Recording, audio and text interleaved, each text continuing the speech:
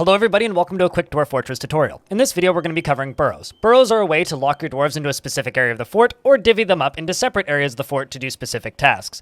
Burrows are a simple way of kind of either splitting up your dwarves and separating them into different working zones, or alternatively telling everybody to hide in one room because a monster's about to attack you. So we're going to be using this room right up here as kind of our example, and what we're going to be doing is we're going to be adding a new burrow. So this burrow is going to cover this kind of zone right here. Now, it's got this nice color. We can actually do these multi-layered if I just simply move up a couple layers, but we're just going to kind of drop in the one square for now. Now, this is just going to be called test Burrow, and I can type. This is going to be called test B-U-R-R-O-W. Test burrow. And so now the way burrows work is if I assign people to the burrow, then they are locked into that region.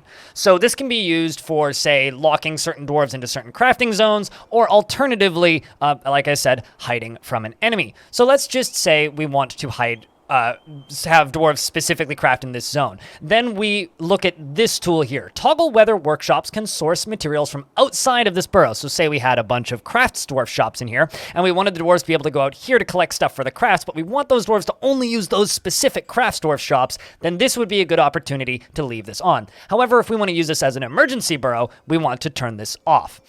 Then we can go in here and we can assign whichever dwarves we want to this, as many or as few as possible. I really wish that this game had a select all function here, as this would make this job, because my main use for burrows is locking dwarves away in case of a siege. This would make my use for burrows much easier. So now that everybody's assigned to it and we turn the burrow on, everybody is going to book it from the entire fort into this one region right here. Just give them a second to kind of think about it for a moment. But here they come. They're wandering over, as you can see, and they're going to get rather annoyed because why are we suddenly locked in this one small area of the fort? Well, clearly it's because there's 5 were creatures coming out.